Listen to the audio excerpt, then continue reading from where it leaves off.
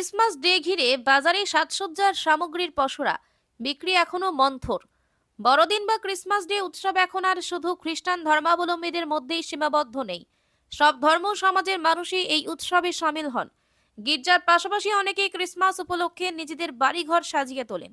এই চাহিদাকে সামনে রেখে রাজধানীর শকুন্তলা রোড সহ শহরের বিভিন্ন এলাকায় ব্যবসায়ীরা সাজিয়ে বসেছেন Christmas tree, Santa Claus, Christmas bell, রঙিন বল ও তারা সহ নানান বাহারি সামগ্রী।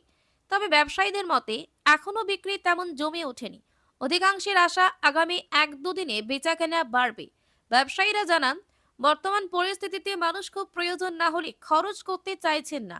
তবুও প্রতি বছরের মতো ক্রিসমাসের আগে এইসব সামগ্রী বাজারে এসেছে এবং সামর্থ্য অনুযায়ী ক্রেতারাও প্রয়োজনীয় জিনিসপত্র কিনছেন।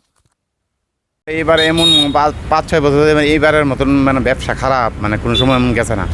আর 20 তারিখের পরে মানে সেল আরম্ভ, আমরা আজগা মানে 23 তারিখ হয়ে গেছে, কোনো সেল নাই, বুঝছেন না।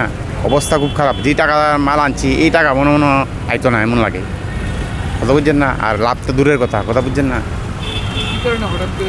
বুঝলাম না, এবারে বুঝলাম না, দোকানপাট কি বেরিয়ে গেছে না, এই সাইডে লোকজন আয় না, একদম লোকজন সন্ধ্যার পরে লোকজন নাই, একদম খালি থাকে সবসময়। এমন তো কোনো সময় হয়েছে না।